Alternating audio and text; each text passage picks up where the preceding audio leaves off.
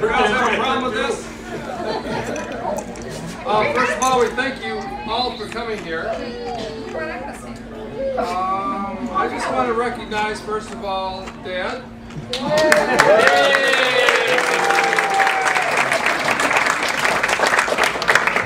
have some guests that came a long ways to this occasion. I think the farthest away is Florida. Jack, Patty, and the family there. Can you just raise your hands, all of us from Florida?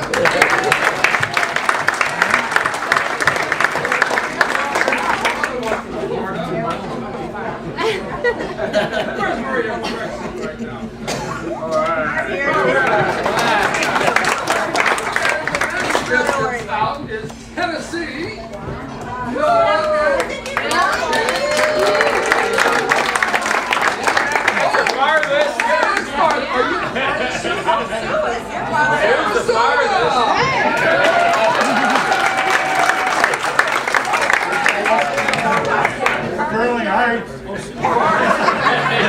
Barb and John from Ross County, Michigan.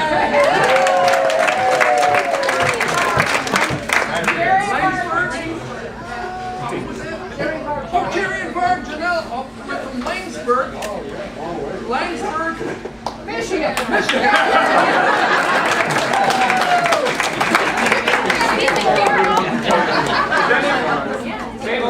Oh, yeah, I forgot.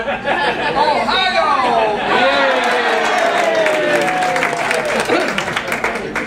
That's okay. Oh, yeah. Okay, for those of you who are facing that way, please accommodate your feet so you turn the chairs around a little bit that are facing that way, so you can all face the presentation we're about to do. A little louder, Steve. A little louder? A little. Okay, a little louder, Steve. Hey, how's this? Better? Yeah! That's why I'm Dad's favorite. Again, we thank you all for coming out tonight. We got a short presentation here, and we just want to show you a little bit of the life and times of Mr. Steve Orlando, our dad, our brother, our grandpa, a whole bunch of people. So let's get started. First off, a quiz question. Who knows what Steve Orlando's real name was when he was born? We got one. Oh, two. No, you can't. Family members don't count. Anybody? Family members. He was actually born Augustino Orlando. Changed his name to Steve because Steve is cool. Another quiz was how many grandchildren and great-grandchildren does Steve have? And great-great-great-grandchildren. You're all great, that's great. You're all great, yeah. 30-ish. 30-ish? That's correct, 31. Isaiah. Great and great and great. Hey, when the staff comes back in, we'll announce who's on here. Anita? Yes. Where's the rest of them? All right, we got to thank the staff. They're doing a great job. The food's good, right? Oh, yeah. Oh, yeah. All right. And while we're waiting for them, there's three, what do they call those? Centerpieces on every table, and three lucky winners at each table get to get these centerpieces. And here's how we're going to do it. Birthdays closest to Dad's birthday, which is July 2nd, the three closest get to take a centerpiece home with them. So everybody figure that out amongst your tables. In the meantime, we got Anita, Asita, Tina, and where's Steve? Steve, get Steve here. My son is July 1st. Yeah. Awesome. And while Steve's doing that, I want to thank Diane for making the cake for tonight.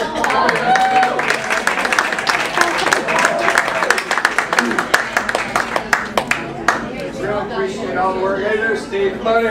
Thank you, guys. Thank you very much. We appreciate everything.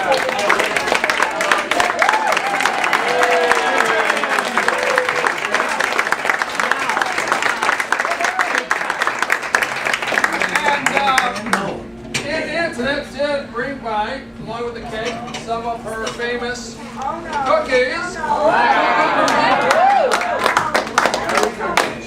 What? All these go to Dad?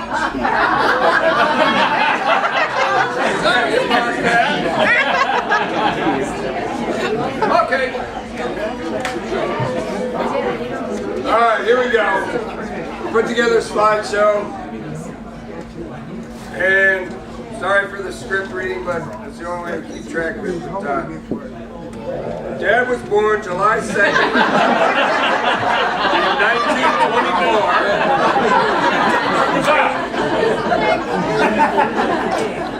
1924. To Sam and Pauline Orlando. In his childhood home on Lemaine, Detroit. He was actually born in the house. And I think, Steve, that's why he built such a big garage. In fact, I think it's bigger than the house. I think it is. It's Palermo. Okay, he grew up with 5 brothers and 2 sisters, and he was the 5th in line rotation. We heard his teenage years was quite a hellion. He was quite a hellion along with his brothers, but he never told any of us kids about the shenanigans, probably for fear we would follow in his footsteps. Little did he know we did anyway.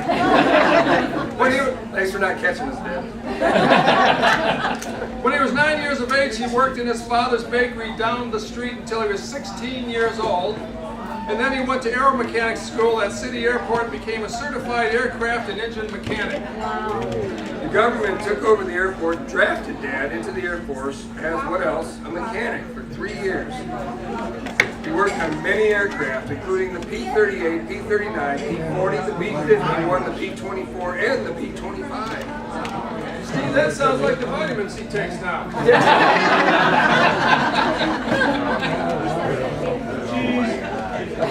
While fighting for his country and ours, he received numerous military honors, awards, medals, including the Purple Heart.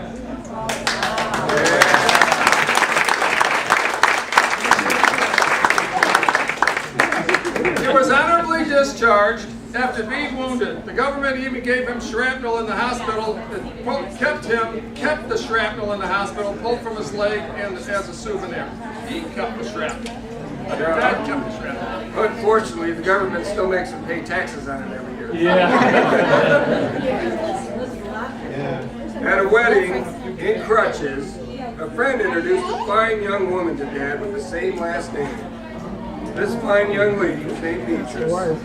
The rest of the story was us 7 kids. Little did she know that he was the man of the beach. Whoa,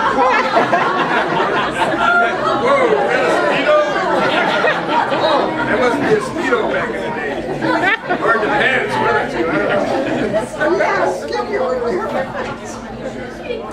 They started dating and the rest was history. Orlando and Orlando became one. Orlando.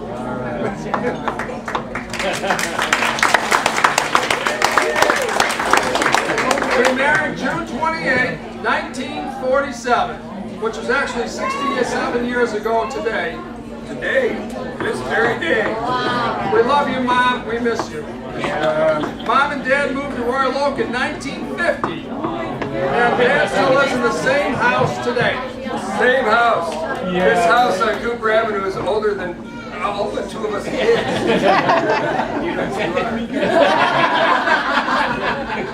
Over the years, Dad and Mom produced 7 good-looking kids.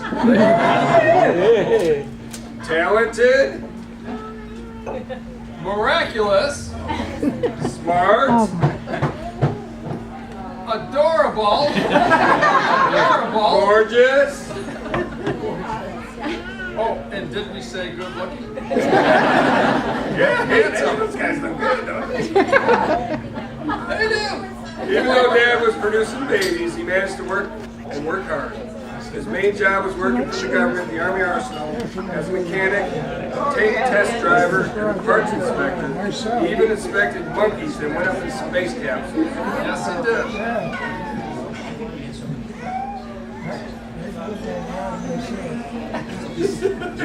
Dad started his own business, B&G Fence Company, with one of his best buddies, George.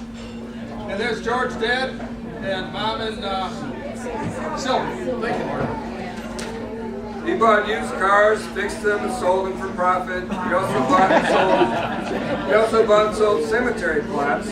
He said real estate is real estate, and he's done quite well with those. Well, except that when he bought one with somebody in it. It has happened. Dad was voted Mr. Fix-It of Royal Oak because he repaired all of the neighbors' faucets and everything that went haywire, and you got this little write-up here in the Tribune, which Karen went back and found, believe it or not, at the library. He was voted commander for the Disabled American Veterans, DIV Chapter 19, 3 times for a 10-year period, which was a great honor. And he took classes and became a senior deputy of the Pierce County Sheriff's Office. Even with all the jobs he had and raising kids, he was bound and determined to get his high school diploma. He went to night school for 7 years and graduated in 1966 along with his oldest daughter, Paula.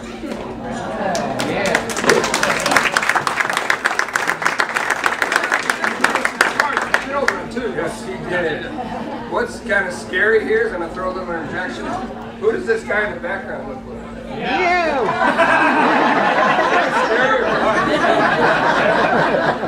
That really put me on when I first started. Some people would think Dad did all this to avoid the trials and tribulation of 7 kids, but au contraire, he loved his kids and showed us every day. Louder. Most all of us kids remember the 6-foot fish kite. Remember that? Who's that right there? Kendall!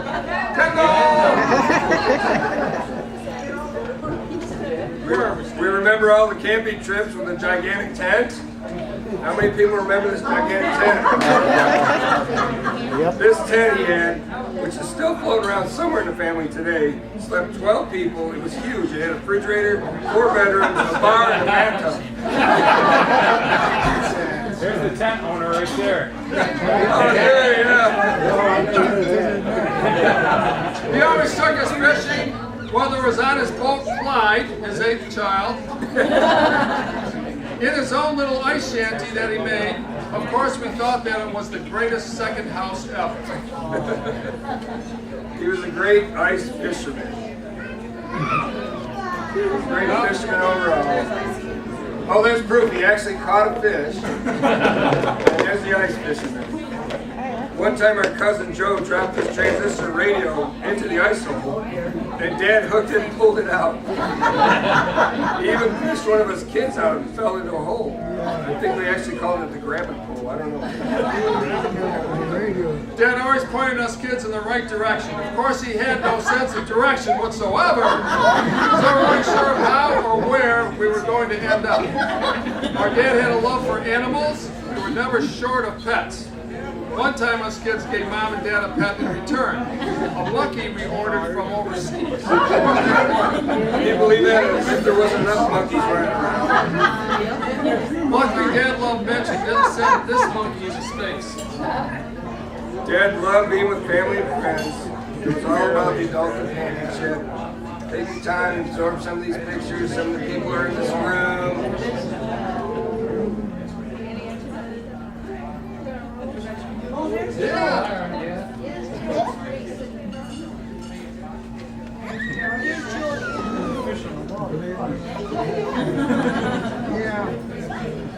Dad loves playing pool, bowling, gardening, and cooking. He's a great cook. Who knows what moinho is? Who knows what gabaldinha is? Gabaldinha? Pinata? Cannoli! Cannoli! As long as it ends in E. What is that stuff? Gabaldinha. There you go. Yes. Wow, she pronounced it better than me. How do you say that?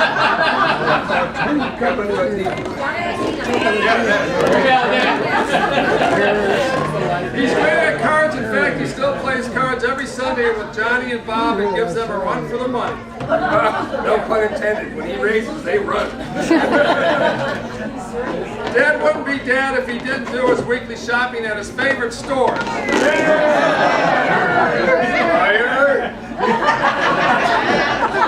Home Depot. And of course, his favorite restaurant, the Golden Basket. He's always treated my family there. Who remembers good old Thrifty Monday at Sears? Dad was always there. Go Who ahead. went to Thrifty Mondays way back when? Oh, really?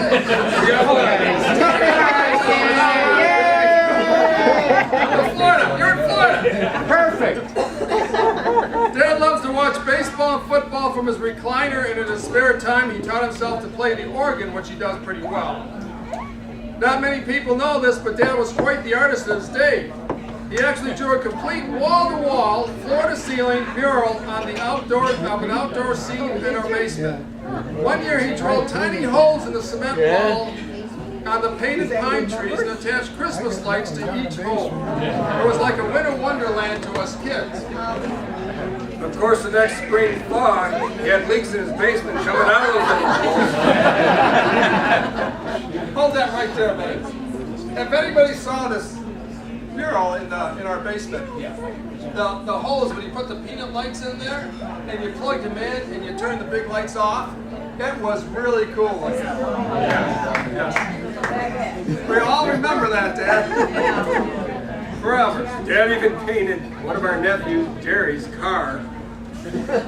He thought he was being nice. Jerry remembers leaving his car in the driveway, and when he came back, a couple hours later, it was painted. The metal, the tires, the windshield. That was a special paint job.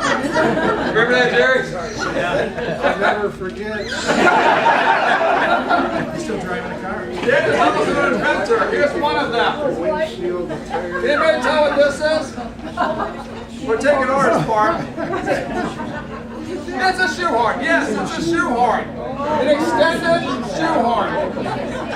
Helps you get your shoes on when it's a little hard bending down, you know, and it works out great.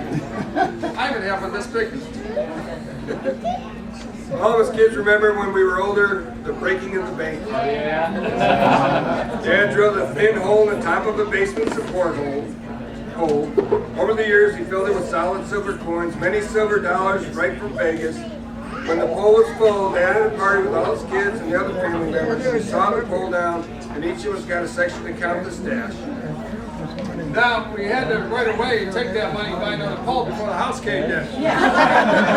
But seriously, this hole here, like everybody has in their basement, he had a little slit in the top of the pole. And for years, how many years, Dad? About 20 years? Maybe about 25. 25 years, he put change in the pole and you'd hear it go, blink.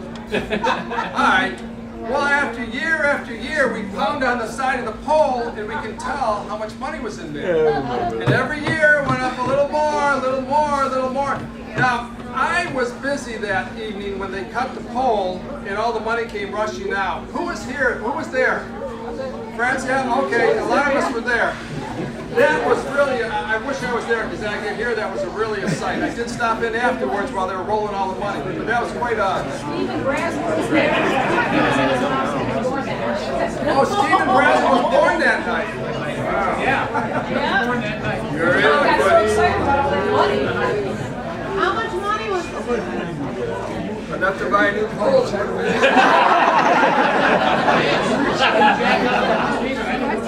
Dad still continues entertaining his kids, but now they are called grandkids, great-grandkids, and great-great-grandkids, which he loves all of them dearly. His traditions carry on. Playing pool with them, doing his magic tricks for them, playing card games, going to birthday parties, and best of all, his wisdom and his stories are being handed down. Including his name. Now we want to go through all the Steves in the room. How many, somebody say, hey Steve, and a bunch of people will answer. We got Steve, our host. Steve Jr. Steve Brazel Sr. in the room. Yeah, Steve, yeah. Steve Steve Brazel Jr. in the room. There he is. All right. Great grandchild, little Steven. Is there? Yeah. I believe we have a couple middle names Steves. Kendall Stevens, is that correct? Yeah. And then some guy named Sam Steve. Oh, this must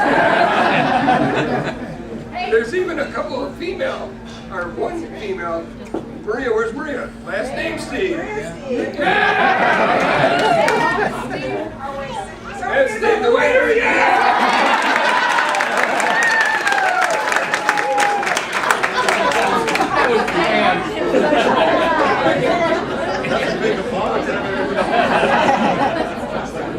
Okay. In all seriousness, 90 years is a lot of living. 90 years is a lot of living, and we are very proud to call him grandpa, brother, brother-in-law, uncle, friend, neighbor, or plain old botchagaloop. So let's raise our glasses to the man of the hour. There you go. Mr. Steve Orlando, our dad. Here, here.